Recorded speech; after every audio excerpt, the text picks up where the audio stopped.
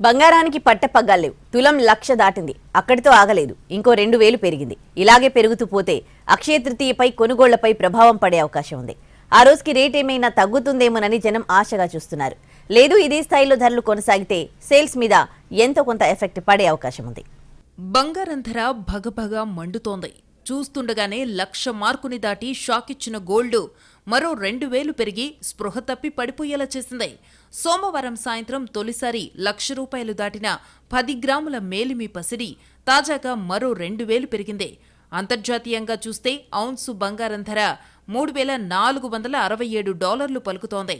అటు multi commodity ఎక్స్చేంజిలోనూ 10 గ్రాముల పసిడి ధర ₹1,00,000కు చేరువైంది. ఇలాగే పెరుగుతూ పోతే అక్షయ తృతీయ నాటికి గోల్డ్ షాపు వైపు చూడాలంటేనే భయపడే పరిస్థితి వచ్చేలా ఉంది. సాధారణంగా అక్షయ తృతీయ రోజున ఎంతో కొంత బంగారాన్ని కొనుగోలు చేయటం ఆనవాయితీ. ధరలు చూస్తేనేమో దారుణంగా ఉన్నాయి. ఎంత సెంటిమెంట్ ఉన్నా కొనేవాళ్లు కూడా వెనకడుగు వేస్తారు.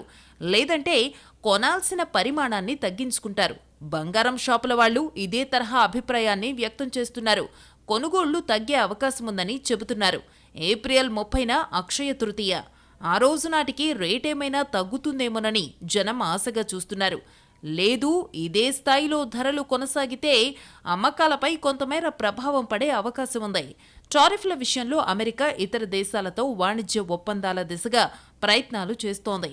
చైనాతో మాత్రం వివాదాన్ని కొనసాగిస్తోంది. ప్రపంచవ్యాప్తంగా ఉన్న కేంద్ర బ్యాంకులన్నీ బంగారాన్ని పెద్ద మొత్తంలో కొనుగోలు చేస్తుండటంతో పసిడి ధర పెరుగుతోందని అనలిస్టులు చెబుతున్నారు.